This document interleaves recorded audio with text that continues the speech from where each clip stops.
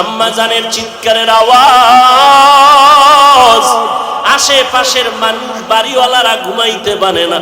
মহিলা ঘরের মধ্যে কখনো কণ্ঠের আওয়াজ শুনি নাই, কিন্তু এখন চিল্লায় কেন রাত্র 12টার ভোরে? খবর নিয়ে দেখে বাচ্চার প্রসব বেদনা শুরু হয়ে গেছে। আম্মা জানের মনটা এতই যে দুর্বল, মনে হয় যেন মরিয়াই যাবে, এত চিৎকারের আওয়াজ। আমার দাদি আমার নানি পাশে বসে আম্মাকে বুঝাইছে, থামাইতে পারে না। আম্মা জান এক পর্যায়ে নিরুপায় নিজেরে মনে করিয়া স্বামীকে ডাকছে, আমার বাবারে ডাকছে। আব্বা জানকে গোপনে ডাইকে আমার দাদি নানিরে কয় চলে যাও, আমার স্বামীকে একটু কাছে আনো। আমার স্বামীকে কাছে আনলেন।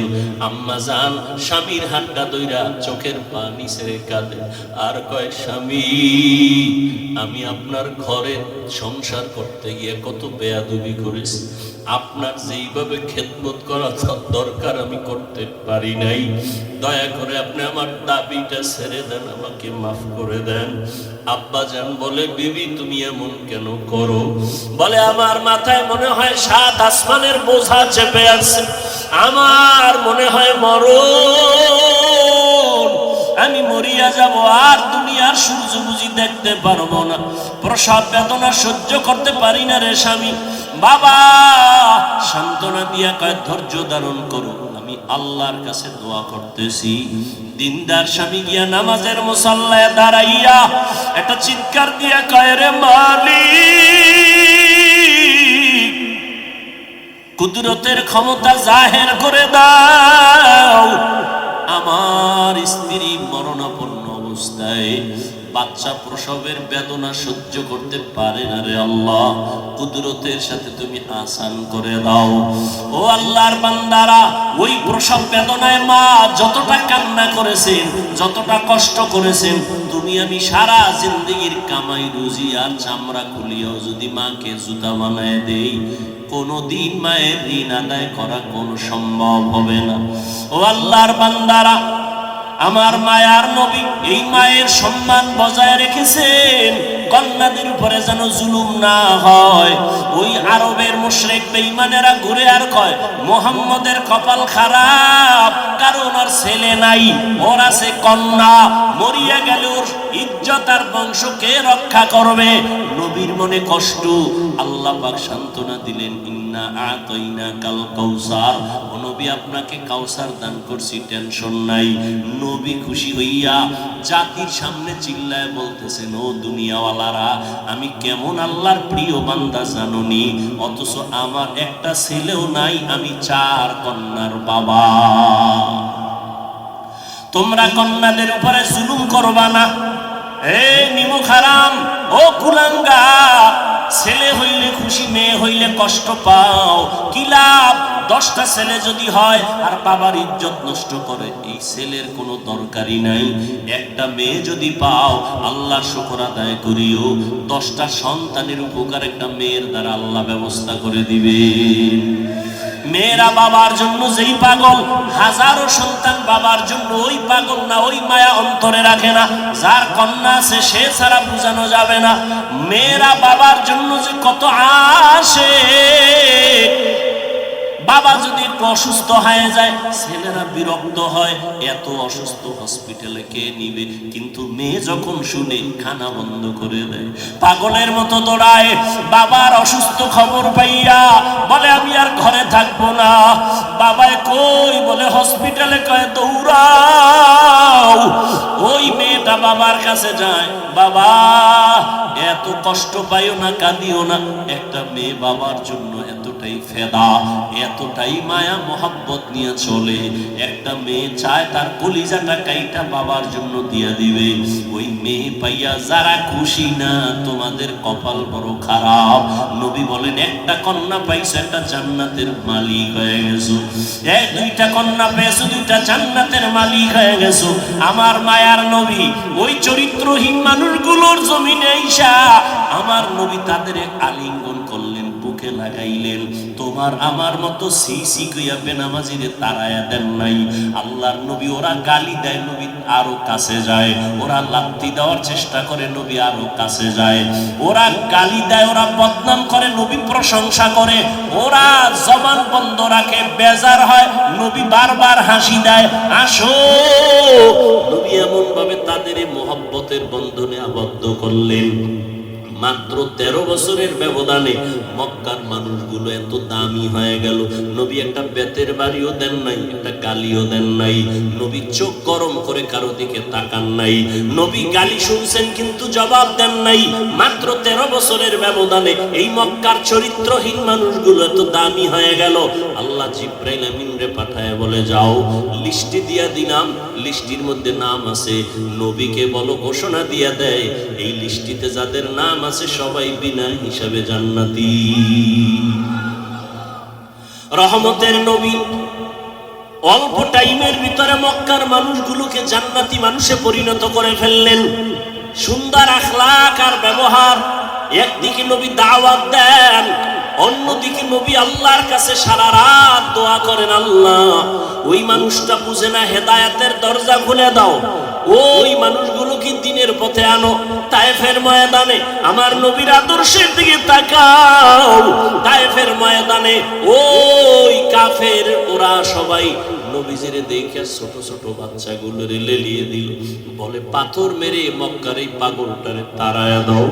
মায়ার নবীরে যখন পাথর মারে বৃষ্টির মতো রক্তগুলো পড়ে পড়ে নবীজির জুতা মোবারক আটকায় গেছে। নবী চোখের পানি ছেড়ে কাঁদে। আল্লাহ সহ্য করতে পারলেন না। ও জিবরাইল, আমার নবীরে গিয়া বলো এখনই তায়েফের জমিন উল্টায় সব ধ্বংস করে দেই।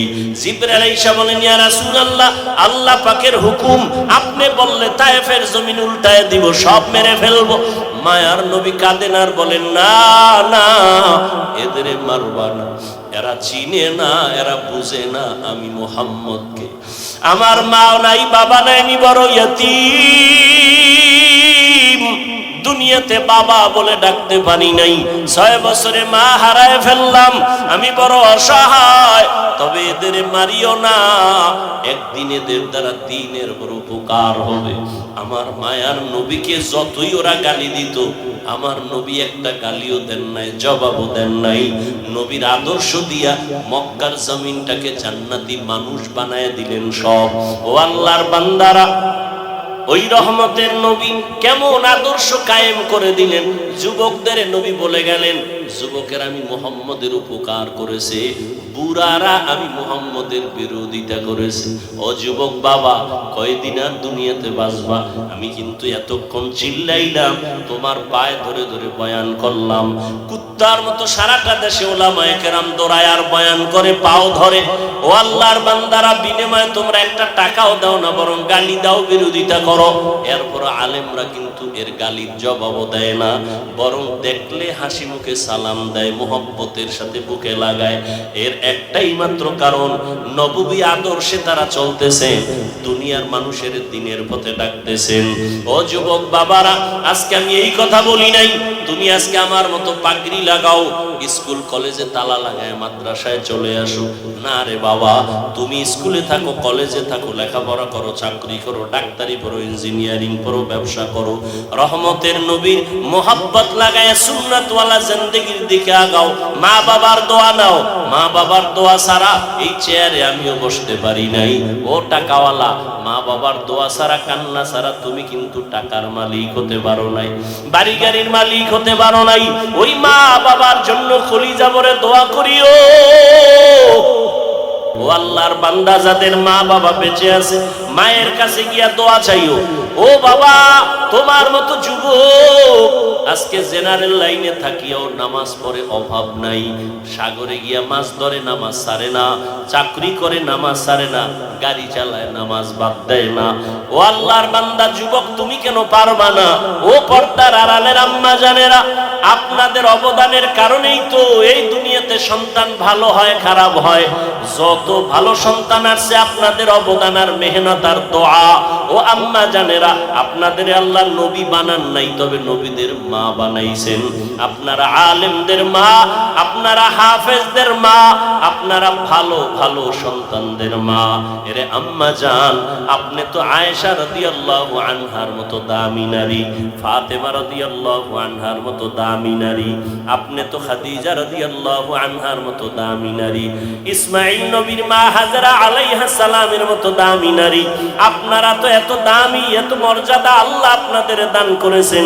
আপনারা ঈসা নবীর মা মারিয়াম আলাইহিস সালামের মতো দামি নারী। আপনার মতো কত মা, কত বোন এখনো আছে, নামাজ পড়ে, পর্দা করে, স্বামীর মাল হেফাজত করে, সন্তানগুলোকে দিনের পথে মেহনত করে, মোবাইলে সময় নষ্ট করে না। এরে আম্মা জানেরা, আপনারা কেন পারবেন না? একটা সন্তানকে কোরআনওয়ালা বানায়া ডাক্তার বানাবেন, কোরআন পড়াইয়া ইঞ্জিনিয়ার বানাবেন, কোরআন পড়াইয়া নামাজি একজন প্রফেসর বানায়া যাবেন। ওই সন্তান ডাক্তারি করলেও কোরআন পড়িয়া মা বাবার জন্য দোয়া করবে। এমন একটা আদর্শ সন্তান দুনিয়াতে রেখে যাবেন। ও সন্তানেরা, মা বাবার দোয়া নাও, বেঁচে থাকলে মায়ের কাছে যাও।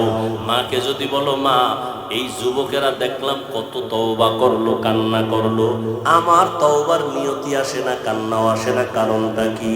মনে হয় আল্লাহ আমার গুনার কারণে বেজার হয়ে গেছে, দিলটা পাথর হয়ে গেল, চোখে পানি নাই। মা, তুমি মাথায় হাত দিয়ে একটু দোয়া করে দাও। তুমি যদি দোয়া করো, আল্লাহ পাক কবুল করে আমাকে হয়তো রাস্তা খুলে দিবেন। মা যদি দোয়া করে দেয়, কপাল খুলে যাবে। ও আল্লাহর বান্দারা, এখনো যদি অন্তর তৈরি থাকে তওবার জন্য, পিছনে তো কম নামাজ ছাড়ো নাই, কম বেপরদায় চলো নাই, গুনাহ তো কম করো নাই। এখন আল্লাহর কাছে মনে মনে বলো, হে দয়ার মালিক, তুমি তো রিজিকের মালিক, তুমি আমার হায়াতের মালিক, তুমি তো আমার ইজ্জত দেওয়ার মালিক। আজকে থেকে জীবনে যত গুনাহ করছি আর করব না, নামাজ ছাড়বো না, বেপরদায় চলবো না, দাড়ি কাটবো না, মুরব্বীদের কথা শুনবো, ওলামায়ে কেরামের পরামর্শ নিয়া নবীর তরিকায় চলবো, কোনোদিন মা বাবার সাথে বেয়াদবি করব না। খাঁটি অন্তরে যদি তওবা করো, আমার আল্লাহ দরজা খুলে তোমাকে কবুল করবেন, অন্তর তৈরি হবে। তবে এটাও সত্য কথা, আবু জাহালের মতো কিছু অন্তরওয়ালা দুনিয়াতে থাকবে, হাজারো বয়ানে দিল নরম হবে না, বয়ানের পরে বাইরে গিয়ে তারা বিরোধিতা করে গুনার পাল্লা ভারী করবে। আর ওমরের মেজাজওয়ালা যারা গুনার কথা স্মরণ করে চোখের পানি ছেড়ে তওবা করবে, ও আল্লাহ, জাহান্নামের আগুনের গরম সহ্য করতে পারবো না রে মালিক, সূর্যের গরম সহ্য করতে পারবো না, ও আল্লাহ তুমি মাফ করে দাও, দুনিয়া থেকেই আমি তওবা করে নিলাম। যদি আল্লাহর বান্দা তওবা করার খাঁটি নিয়ত থাকে, অন্তরে কোনো মুনাফিকি না থাকে, তওবার নিয়ত থাকলে দুটো হাত আমার আল্লাহকে দেখায় দাও। আয় আল্লাহ, আমাদের তওবা কবুল করে নেন, হাতগুলো কবুল করে নেন। আয় আল্লাহ, ওয়ামা আরসালনাকা ইল্লা রাহমাতাল লিল আলামিন। আয়াতটা আপনারা তো সবাই পারেন, কথা বলেন না? সত্য কথাটা বলতে এত কষ্ট কেন? মানেন আর না মানেন, অন্তত স্বীকার করেন যে হ্যাঁ পারি। কোরআন শরীফ পড়তে না জানলে আয়াতটা মুখস্থ হয়ে গেছে, শুনতে শুনতে শুনতে শুনতে অনেক জিনিস মুখস্থ হয়, এটা ভুলে না। বুঝেন নাই? পড়া কথা মাঝে মাঝে ভুলে যায়, কিন্তু শুনে যে কথাটা অন্তরে ঢুকে এটা ভুলে। আয়াতটা খুব সহজ, যারা নবীর আশেক দাবিদার এরা খুব বেশি বেশি আয়াত পড়ে এই আয়াত, কিন্তু আয়াতের হাকিকত থেকে তারা অনেক দূরে পড়ে আছে। আয়াত কি বলল? আল্লাহ বলেন, হে রাসূল, আমি আপনাকে দুনিয়াতে পাঠাই নাই, হ্যাঁ পাঠিয়েছি জগৎ সমূহের রহমত হিসেবে। ডাইরেক্ট বললেই তো আপনাকে জগতের রহমত করে পাঠাইলাম। প্রথম বললেন পাঠাই নাই, আবার বলেন হ্যাঁ পাঠিয়েছি জগৎ সমূহের রহমত করে। ঘুরাইয়া বললেন কেন? ফাইলুল হাকিম লা ইয়াখলু আনিল হিকমা। হাকিম বা জ্ঞানী, তাদের কোনো কাজ, তাদের কোনো কথা হিকমত বা জ্ঞান থেকে শূন্য না। আল্লাহ এমন কেন বললেন? দুনিয়ার সব মানুষের জেহেনটাকে পরিশুদ্ধ করে বললেন, এর মানুষ ভালো করে অন্তরে কথাটা তুমি বদ্ধমূল করে নাও। আমার নবীকে পাঠাই নাই বলিয়া তোমাদের জেহেনটাকে আমি পরিশুদ্ধ করলাম। আমার নবীকে পাঠাইলাম পুরাটাই রহমত করে। নবীর পুরাটাই রহমত, এর বাইরে কিছুই নাই। জগৎ সমূহের জন্য রহমত। এখানে অনেকে তরজমা করে উভয় জগতের জন্য রহমত। উভয় জগৎ মানে দুনিয়ার জগৎ, পরকালের জগৎ। আমি তরজমা করলাম জগৎ সমূহের জন্য রহমত। তার মানে জগৎ দুইটা না, জগৎ আরো বেশি। রূহের একটা জগৎ, আলাদা জগৎ। মায়ের গর্ভের একটা জগৎ, আলাদা জগৎ। দুনিয়ার জগৎ একটা আলাদা জগৎ। আলমে বারজাখ, কবর জগৎ একটা আলাদা জগৎ। হাসরের ময়দানের একটা জগৎ হলো আলাদা জগৎ। জান্নাত ও জাহান্নামের জগৎ আলাদা জগৎ। আল্লাহ বলেন এই সব জগতের জন্য আমি আল্লাহ হলাম রব্বুল আলামিন, আর আমার বন্ধু মুহাম্মদকে বানায় দিলাম রাহমাতুল লিল আলামিন। সমস্ত জগতের জন্য আমি আল্লাহ হলাম রব, আর আমার বন্ধু মুহাম্মদকে বানায় দিলাম রহমত। আমার বন্ধুর পুরাটাই রহমতে ভরা। এই জন্য আমি আল্লাহ প্রথম আওয়াজ দেই গরম, এরপরে নরম। আমার বন্ধুর সব কথাই নরম, গরম কথা কম। আমি আল্লাহ গরম আওয়াজ দিলাম আল আসর ইন্নাল ইনসানা লাফি খুসর। সব মানুষগুলো জাহান্নামে যাবে, সব মানুষ জাহান্নামী, একজনও বাদ নাই। কিন্তু কিন্তু বইলে একটু ঠান্ডা করলাম, সব জাহান্নামে যাবে না। ইল্লাল্লাযীনা আমানু ওয়া আমিলুস সালিহাত, যারা ঈমান আনবে, নেক আমল করবে, এরকম 4 গুণওয়ালারা জান্নাতি। আপনার আমার মায়ার নবী, রহমতের নবী আল্লাহ পাক বুঝায় দিলেন কেমন রহমত। নবী বলেন সব উম্মত জান্নাতি। কুল্লু উম্মতি ইয়াদখুলুনাল জান্নাহ, সব উম্মত জান্নাতে যাবে। কিন্তু যারা আমাকে মানে না, তারা সহসায় জান্নাতে যাবে না। রহমতের নবী, রূহের জগতের জন্য নবী রহমত। মায়ের গর্ভের ক্ষেত্রে নবী রহমত। দুনিয়ার জগতের জন্য নবী রহমত। কবর জগতের জন্য নবী রহমত।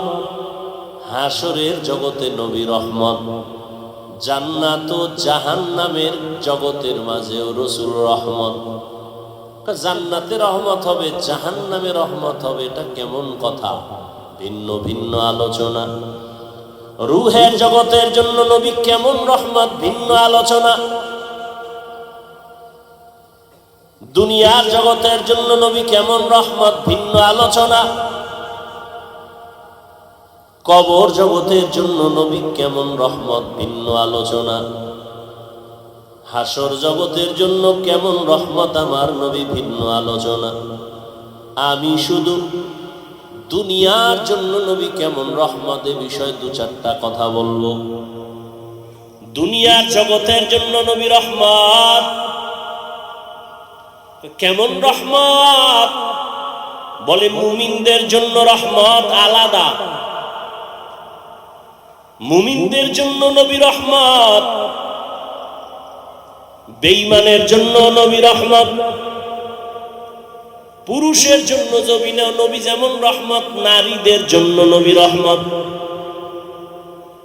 মানুষের জন্য নবী যেমন রহমত, জিনদের জন্য নবী রহমত, ফেরেশতাদের জন্য নবী রহমত। মানুষের জন্য রহমত, ভিন্ন ভিন্ন প্রাণীদের জন্য নবী রহমত। মরা গাছের জন্য নবী রহমত। সমুদ্রের প্রাণীর জন্য নবী রহমত, জঙ্গলের প্রাণীদের জন্য নবী রহমত। কেমনে কেমনে কেমনে কেমনে প্রত্যেকটার পেছনে একটা ঘটনা আছে, এগুলোর কাহিনী আছে, আলোচনা আছে। রহমতের নবী এমন এক সময় আল্লাহ দুনিয়ার জমিনে পাঠাইলেন, যেই সময় পুরা দুনিয়াটা একটা এলোমেলো অবস্থা, মানুষের মধ্যে কোনো শান্তি নাই, আদব নাই, শিষ্টাচার নাই, মানবতা নাই। এর মধ্যে সব থেকে বেশি খারাপ হলো মক্কার মানুষ। মক্কার মানুষ এতটাই খারাপ, যেই খারাপ মানুষ আর দুনিয়ার কোথাও ছিল না। চরিত্রহীন, এত খারাপ। আল্লাহর ঘর বাইতুল্লাহ নারী আর পুরুষেরা উলঙ্গ হয়ে তাওয়াফ করে। মক্কার মানুষ এতটাই খারাপ, নারীদের তারা সমাজে পছন্দ করে না, কন্যাদের পছন্দ করে না। বাবা হইয়া তার আপন মেয়েকে জ্যান্ত পাথর চাপা দিয়া মেরে ফেলে, এতটাই খারাপ। টেকনাফের জমিনে মদের আড্ডা চলে, কোথাও ইয়াবার আড্ডা চলে। আমাদের মুফতি সাহেব হুজুর আলেমদের নিয়ে বসলেন, কেমনে যাত্রা গান চলবে, ফিরানো যায়, কেমনে নারীদের নিয়ে গান বাজনা উলঙ্গ নাটক চলবে, বন্ধ করা যায়। আমরা হুজুরেরা সব একত্রিত হয়ে সম্ভব না। আদা মুসলমানের একটু ডাক দাও। পুরাতন আদা মুসলমান কোন এলাকার? কয় ওই এলাকার যারা আদা মুসলমান, নামাজ পড়ে আবার মিশা কথাও কয়, নামাজ পড়ে আবার সুদও খায়, এমন নামাজি আছে না নাই? এদের ডাক দাও। 2-4-5 জন গণ্যমান্য আদা নামাজিরে ডাকলো। ডাকার পরে কয়, ভাই তোমাকে এলাকার ভিতরে মদের আড্ডা চলে, কি করা যায়? কয়, হুজুর আপনি যাইয়েন না, আমরা গিয়ে দেখি কি অবস্থা। মোটামুটি আমরা একটা ধারণা নিয়ে আসি। ফাইনাল আপনার পরিবেশ যদি থাকে আমরা আপনাকে নিব, এর আগে নেওয়া যাবে না। হুজুর যদি ডাইরেক্ট এসে যায়, নারীদের আড্ডায়, নারীদের নাচ গানের প্যান্ডেলে, মানুষ বলবে এত বড় হুজুর কেমনে আসলো, লজ্জা কি নাই? ঠিক নি? কেমনে আসলো এই বেহায়া নারীদের আড্ডাখানায়? কিন্তু আমার আল্লাহ পাকের নিজাম, সারা দুনিয়ার মানুষগুলো মুরব্বি হারা, মানবতা নাই, ব্যবহার ভালো নাই, চরিত্র ভালো নাই। মক্কার মানুষ আরো খারাপ। কোন ভালো হুজুর, ভালো আলেম খারাপ জায়গায় প্রথমে যায় না, মানুষ খারাপ বলে, বলে না? বলে না? আমার আল্লাহ, আমার নবী কেমন পবিত্র, কোনো তুলনা নাই। কিন্তু তারে আল্লাহ এমন জায়গায় পাঠাইলেন, যেই জায়গার মানুষ পুরা দুনিয়ার মধ্যে চূড়ান্ত খারাপ। দেখছেন নি কারবার? দুনিয়ার মধ্যে চূড়ান্ত খারাপ যেই মানুষগুলো, সেখানে আপনার আমার পবিত্র নবীকে পাঠাইলেন। এমন এক সময় রহমতের নবীকে আল্লাহ পাঠাইছেন। সারা দুনিয়ার মানুষ এত খারাপ হলো কেন? এখান থেকেও একটা পয়েন্ট আমরা বুঝে নিতে পারি। সারা দুনিয়ার মানুষ সব খারাপ কেমনে? আর বাইতুল্লাহ যেই ঘর, দামি ঘর, দেখলেই কলিজা ঠান্ডা, দেখলেই সওয়াব, এই জায়গার মানুষ অন্য মানুষের তুলনায় একটু কম খারাপ থাকবে, এরা আরো বেশি খারাপ। কারণ কি? এর একমাত্র কারণ হলো এদের কাছে কোনো মুরব্বি নাই। উম্মতের মুরব্বি নবী ঈসা নবী নাই। আমগো নবী আসবেন, মাঝখানে অনেক সময় চলে গেল, মুরব্বি নাই। আবার যারা মুরব্বির চেয়ারে ছিলেন, ক্রমান্বয়ে তারা দুনিয়ার লোভে পড়ে হক আর বাতিলটাকে খলত মলত করে ফেললো, ওলট পলট করে ফেললো। দুনিয়ার লোক তাদেরকে হকের রাস্তা থেকে পিছনে নিয়ে গেল। এই জন্য যারা মুরব্বী মানবে না তাদের মরার আগেই পদস্খলন হবে। আল্লাহ মানুষ বানাইছেন, মানুষ বানায় মানুষ যেন তার সম্মান ঠিক রাখিয়া চলতে পারে, সেজন্য দুইটা ব্যবস্থাও দিয়েছেন। প্রথম ব্যবস্থার নাম মুরব্বী মেনে চলো, দ্বিতীয় ব্যবস্থার নাম আল্লাহর দেওয়া কিতাব অনুসরণ করো। বর্তমান দুনিয়াতে মানামানির ক্ষেত্রে তিনটা দল আছে সারা দুনিয়ায়। এক দল বলে আমরা মুরব্বী মানি না, আমরা কিতাব মানি, কোনো ব্যক্তি মানি না।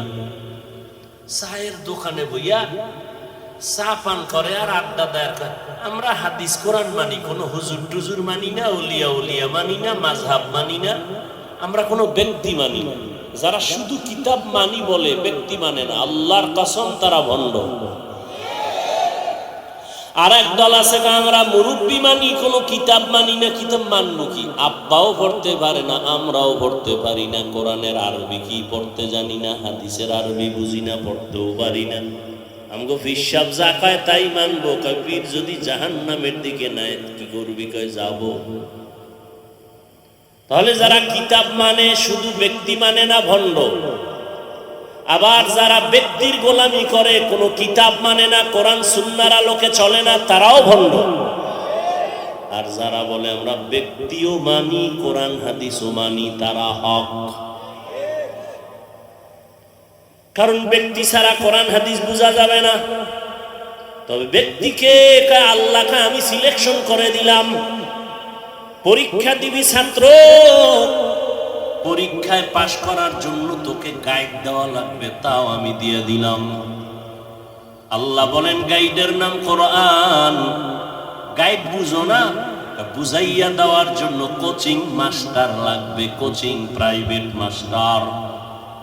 এরা তোরে গাইড ধরে ধরে বুঝাবে, পরীক্ষার প্রশ্নগুলো দাগায় দিবে।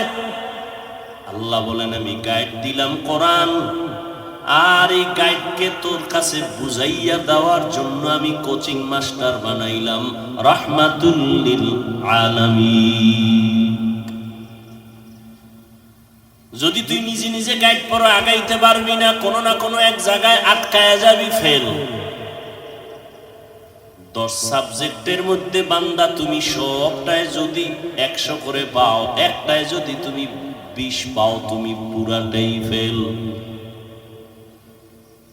10টা সাবজেক্টের ভিতরে প্রত্যেকটায় যদি তোমার 100 নাম্বার দরকার নাই, 50 দরকার নাই, 33 করে যদি তুমি সবগুলোতে সমানভাবে পাও, তুমি পাস।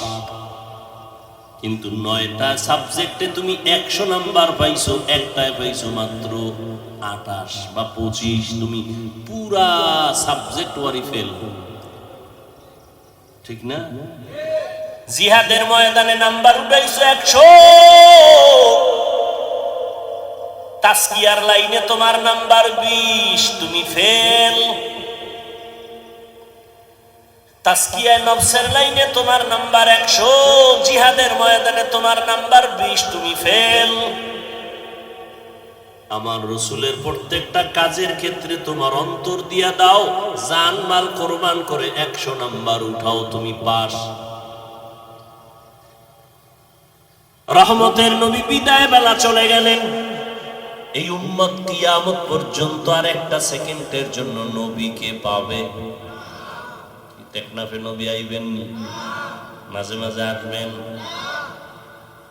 আবু বকর, ওমর, ওসমান, আলী, কোন সাহাবায়ে কেরাম আসবেন রাদিয়াল্লাহু আনহুম আজমাইন, আসবেন। আবু হানিফা, ইমাম বুখারী, ইমাম মুসলিম, ইমাম তিরমিজি আসবেন।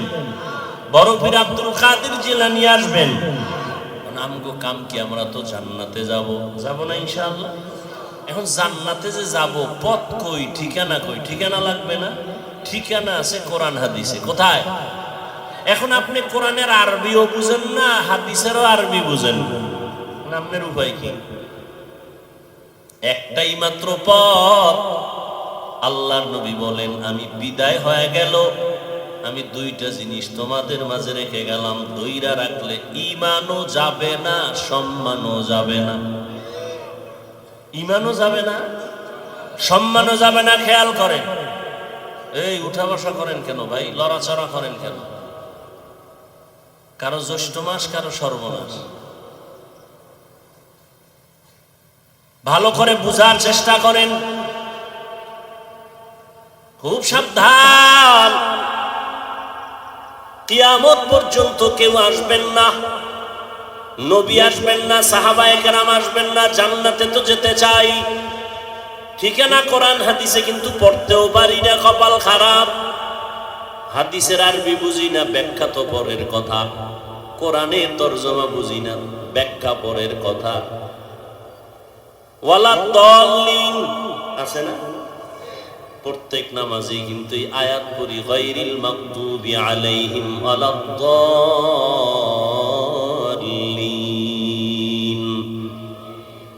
দাল্লিন মানে দলিন, দল্লান মানে পথভ্রষ্ট, গোমরাহ। কি বুঝেননি? গোমরাহ বুঝেন তো ভাই? কথা বলে গোমরাহ, পথভ্রষ্ট, দল্লিন। আচ্ছা, আপনি তো এই তরজমাটা শিখা ফেলছেন। দল্লিন, দল্লান মানে গোমরাহ। এই তরজমা সব জায়গায় যদি করেন, দেখেন তো, ওয়াদ-দুহা ওয়াল-লাইলি ইযা সাজা মা ওয়াদ্দা'আকা রাব্বুকা ওয়া মা ক্বালা ওয়ালাল আখিরাতু খায়রুল লাকা মিনাল উলা ওয়ালা সাওফা ইউতিকা রাব্বুকা ফাতারদা আলাম ইয়াজিদকা ইয়াতীমান ফাআওয়া। এরপরের আয়াতটা যারা পারেন পড়েন, ওয়া ওয়াজাদাকা দাল্লান ফাহাদা। আল্লাহ নবীর শানে এই আয়াতগুলো বলছেন। দল্লান পইরে আসছেন, দল্লিন মানে গোমরাহ। নবীরে বলবেন, আল্লাহ বলছেন নবী আপনি গোমরাহ, আপনি পথভ্রষ্ট, আমি আপনাকে হেদায়েত দিছি। রসুলের শানে এই কথা বলে বেয়াদবি না? কথা বলেন না কেন?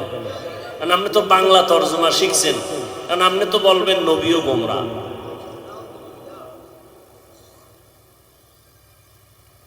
ভাইরা আমার, আলমিরা, আলমিরা সিন্দুক আছে না, তালা মেরে রাখছে, যার কাছে চাবি আছে। গতকালও চট্টগ্রামে বলেছিলাম, এই সিন্দুকের চাবি যার হাতে, সেই জানে একমাত্র সিন্দুকের ভিতরে কি আছে।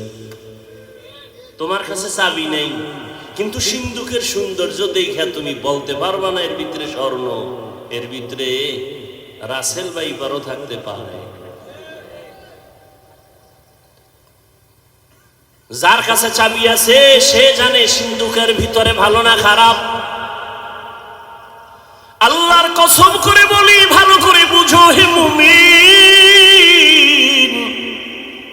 আল্লাহর কোরআন এটা একটা মহা পৃথিবীর একটা শ্রেষ্ঠ সিন্ধুক। এর চাবি আছে একমাত্র নবী ওলামায়ে কেরামের হাতে দিয়ে গেছেন, আর কারো হাতে দেন নাই। ওলামায়ে কেরামিরে জানবেন কোরআনের মধ্যে কি আছে কি নাই, হাদিসে কি আছে কি নাই। তুমি বাংলা তরজমা পড়ে উপরের কিছু দেখবা, ভেতরের খবর নেওয়ার ক্ষমতা নাই। ইলমেরা ইজাজো করদান বেহিসাব, খলকেরা দাদান জওয়াবে বা সওয়াব, হক না দারদ দোস্তে খলকা জারেরা, ইসলে ই খসলত একে দিনদারেরা। ইঞ্জিনিয়ারের কাম হইল বিল্ডিং এর ডিজাইন করবো নাকি? বালু সিমেন্ট মিলা ইট গাঁথবে, গাঁথতে গেলে আঁকা বাঁকা হয়ে যায়। এখন ইঞ্জিনিয়ারিং চলবে না। ডাক্তারের কাজ হলো রোগীর চিকিৎসা করবে, ডাক্তারের কাজ না তোমাকে হুইল চেয়ারে করে এরপরে বেডের মধ্যে নিয়ে যাবে। আল্লাহ প্রত্যেকের একটা দায়িত্ব দিছেন, ওলামায়ে কেরামের দায়িত্ব উম্মতের হেদায়েতের পথে ডাকবেন। ওয়াজআলনা মিনহুম আইম্মাতান ইয়াহদুনা বিআমরিনা। ওলামায়ে কেরামের কাজ হলো বড় কাজ, মূল কাজ। মানুষের হেদায়েতের পথে ডাকবেন, ইয়াহদুনা বিআমরিনা ইয়াদউনা বিআমরিনা বলেন না, ইয়াহদুনা বিআমরিনা। উলামায়ে কেরাম তার মূল কাজ মানুষকে আল্লাহর সাথে সম্পর্ক জোড়ায় দিবেন, এটা আলেমের কাজ। এই কাজ ডাক্তার পারে না, এই কাজ ইঞ্জিনিয়ার পারে না, এই কাজ কোনো ব্যবসায়ী পারবে না, এই কাজ কোনো প্রফেসর পারবে না, এই কাজ কোনো ডাক্তার পারবে না। ডাক্তার যদি আমি আলেমের কাজটা নিতে যাই, আমি ইঞ্জিনিয়ারিং করি নাই, আমি যদি একটা কাগজ কলম নিয়ে ডিজাইন করা শুরু করি, আউলা জাউলা হয়ে যাবে, সুন্দর হবে না। ওরে ডাক্তার যদি ইঞ্জিনিয়ারিং এর কাজটা না, ইঞ্জিনিয়ার যদি ডাক্তারের রোগী দেখার চেষ্টা করে, সব উলট পালট হবে, অসুন্দর হবে, কোনোটার সীমানায় পৌঁছা যাবে না। আমি আলেমের কাজটা ডাক্তার যদি অভিজ্ঞতা না নিয়ে করা শুরু করে, উম্মতের ক্ষতি ছাড়া কোনো লাভ হবে না।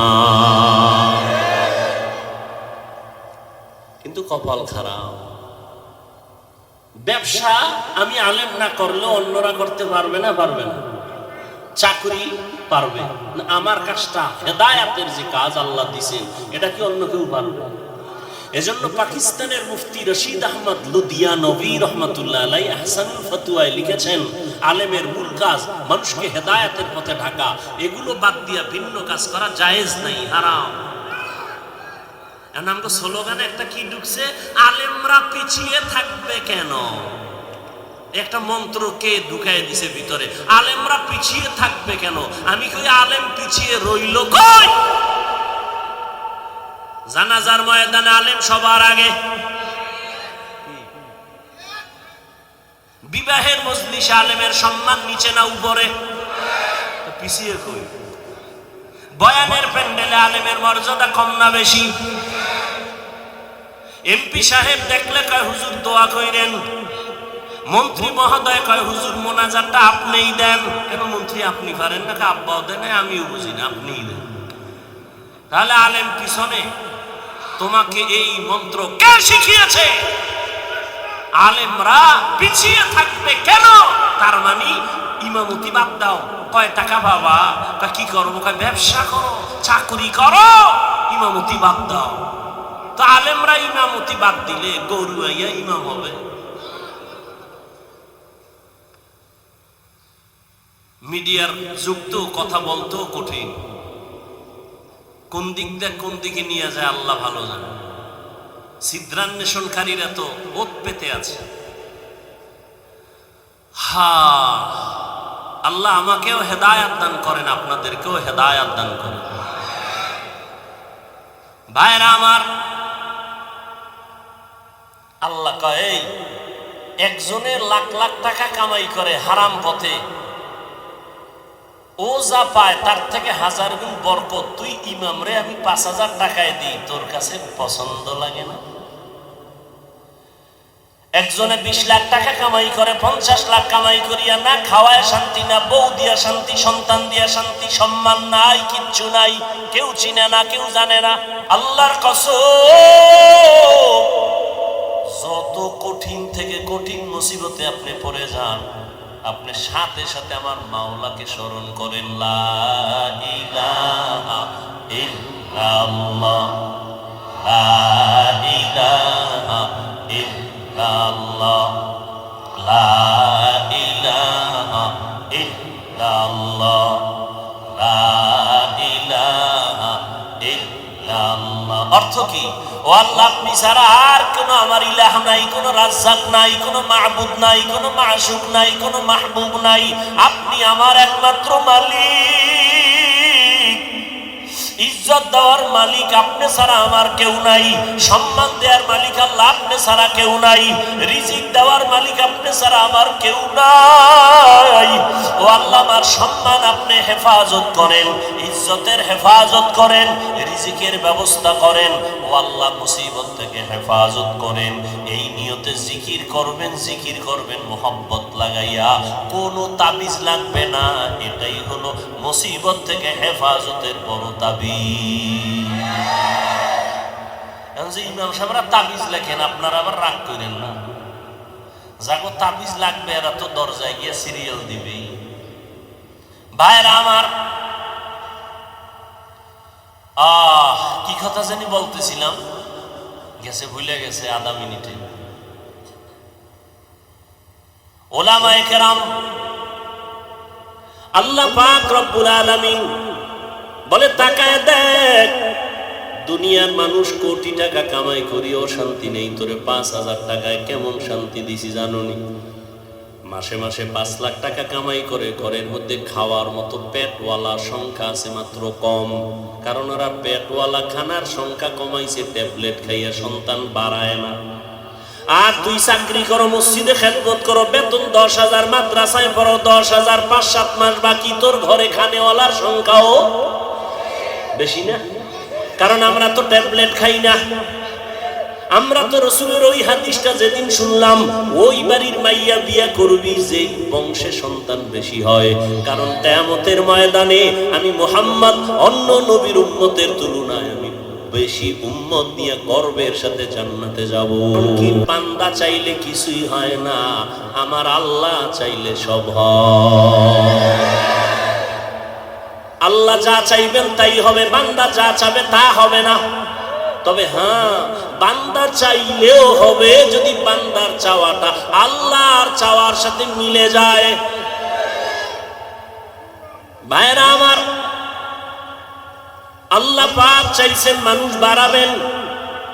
এখন বেঈমানের কথা কমাও কমাও, মানুষ কমাও কেন? দুইটা কথা, দুইটা স্লোগান, কারা মানুষ বেশি হলে থাকবে কই, খাবে কি? এই স্লোগান দুইটা। আল্লাহ কয় দোনোটার চাবি আমার হাতে রাখছি, মানুষ কই থাকবে ব্যবস্থা আমি করব, মানুষ কি খাবে ব্যবস্থা আমি করব। মুরব্বীরা বলেন তো, 1% জায়গা বুঝেন না?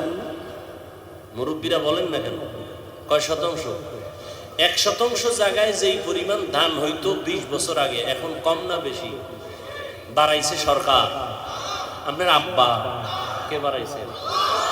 আগে 10টা পেয়ারা খাইলো জিব্বায় টের পায় না কি খাইছি, আর এখন 1 কেজি পেয়ারা একজনে খাওয়া যায় না। এই খানার বরকত কে দিছে? ওয়া তারযুকু মান তাশাউ বিগাইরি হিসাব,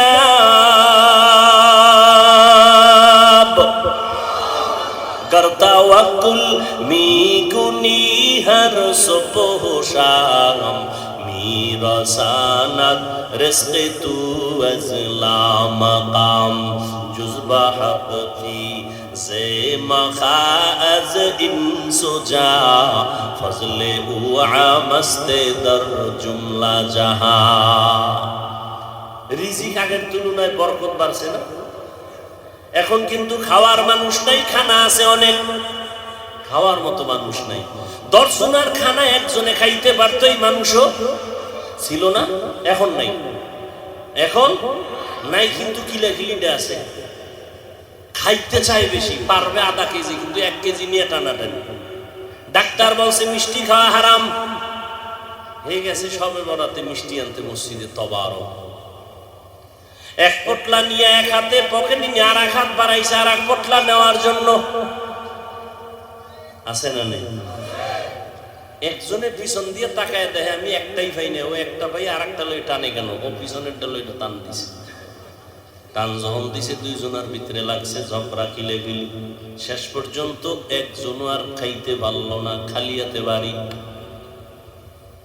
খাইতে পারে না। কিন্তু খাওয়ার আগ্রহ নিয়ে জুলুম পর্যন্ত মানুষ করে, গরিবের উপরে জুলুম করে। আল্লাহ বলেন দেখ, রিজিকের চাবি আমার হাতে রাখলাম, এই চাবিটা দুনিয়ার কারো কাছে দেয় নাই আল্লাহ। যদি সরকারের হাতে দিতেন, দুনিয়ার কোন কোটিপতির হাতে দিতেন, আমগো হুজুর গো কত আগে না খাওয়া মেরে ফেলতো, ঠিক না? কিন্তু আল্লাহ দেখছেন নি, মহামারী করোনা চোখে আঙ্গুল দিয়ে আল্লাহ দেখায় দিলেন, সারা দুনিয়াতে স্তব্ধ হয়ে গেল।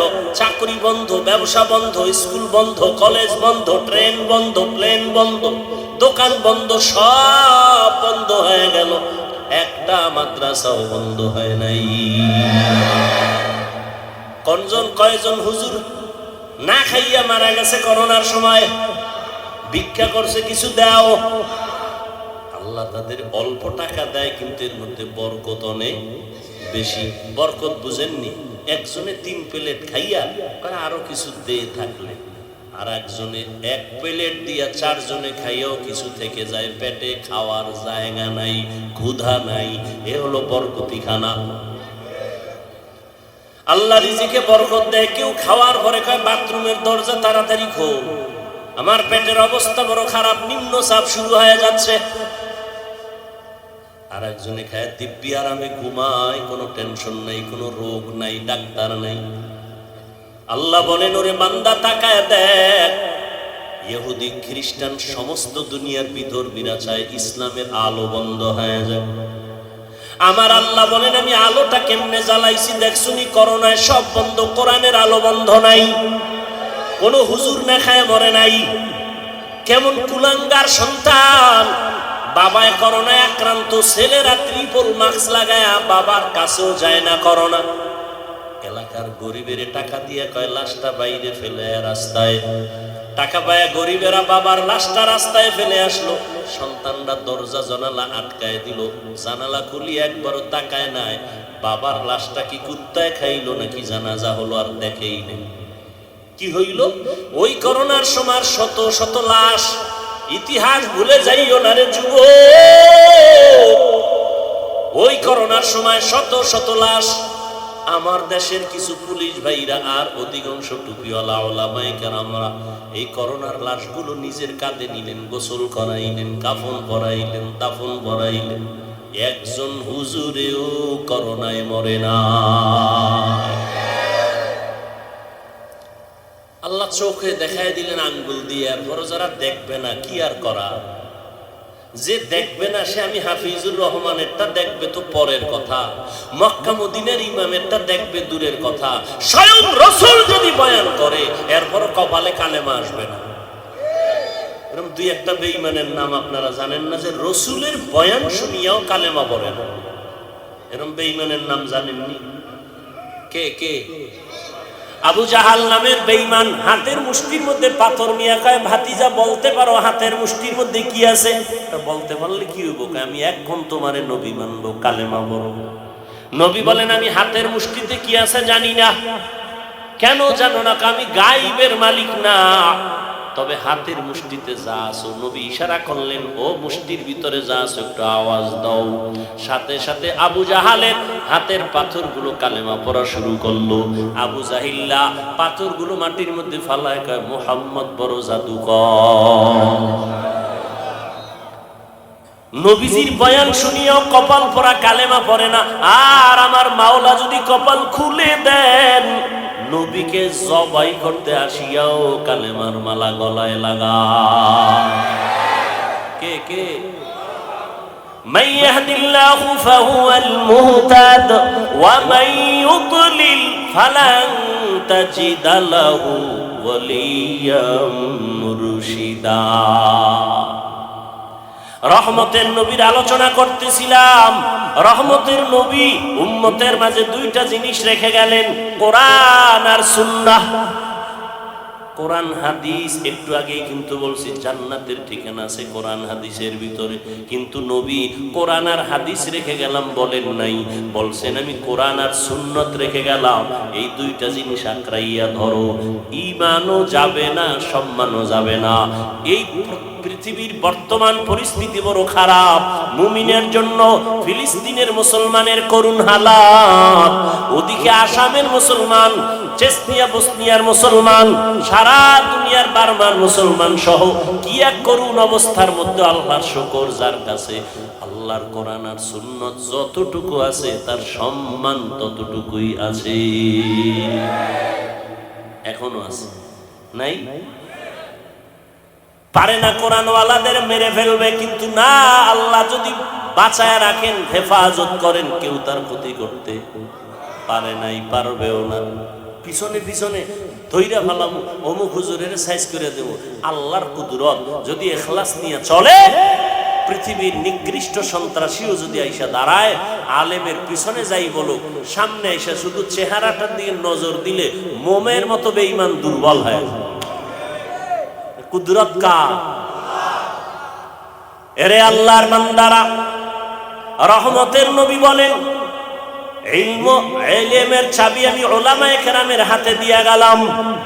উলামায়ে কেরামদের থেকে তোমরা জান্নাতের ঠিকানা নাও, তাদের থেকে নিয়ে তোমরা জান্নাতের পথে চলো, সুন্নাত অনুযায়ী চলো।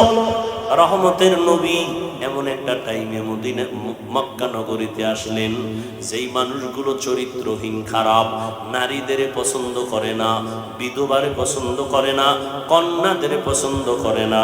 বাবা কন্যা হলেই মনটা বেজার, লজ্জায় মাথা উঁচু করে না। কেন? কন্যা হইছে, মানুষ খারাপ বলবে। বর্তমান ১৫০০ বছর পরেও কিছু কুলাঙ্গারের বাচ্চা এই জমিনে আছে, কন্যা হলে বউয়ের সাথে ঝগড়া করে, ছেলে হলো না কেন, মেয়ে হলো কেন? আছে না নাই? ছেলে মেয়ে কি স্ত্রী দেয়? যদি তাই মনে করো তো দোষ তো স্বামীর। স্ত্রী তো তোমার জিনিসটাকে বহন করে, কষ্ট করে, না খানা না ঘুম, কষ্ট করে তোমার জিনিসটাকে আমানতের সাথে রক্ষা করে, তাকে পুরস্কার দেওয়া উচিত। কথা ঠিক না? জীবনের মূল কষ্ট মায়ের প্রসব বেদনা,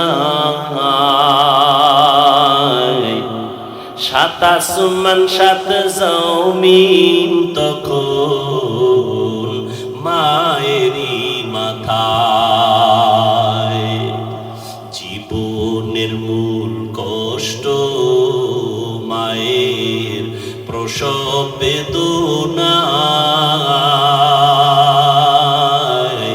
সাত আসমান সাত জমিন তখন মায়েরই মাথায়। আমার সুন্দর মুখ দেখে মা, আমার সুন্দর মুখ দেখে মায়ের ব্যথা যায় দেয় হাসাইয়া। ও আমার প্রাণের মা, মা গো মা, কোথায় গেলে মোরে ছাড়িয়া? জনম দুঃখী ইয়াতীম আমি, চাই না কেহ ফিরিয়া। আমি যখন ছিলাম আমার মায়েরই উদরে, চলাফেরা করলেন যে মায় কত কষ্ট করে। আমি যখন ছিলাম আমার মায়েরই উদরে, চলাফেরা করলেন যে মায় কত কষ্ট করে। এমন মাকে কেমনে আজি, এমন মাকে কেমনে আজি যাব আমি ভুলিয়া। ও আমার প্রাণের মা, মা গো মা, কোথায় গেলে মোরে ছাড়িয়া? জনম দুঃখী ইয়াতীম আমি, চাই না কেহ ফিরিয়া।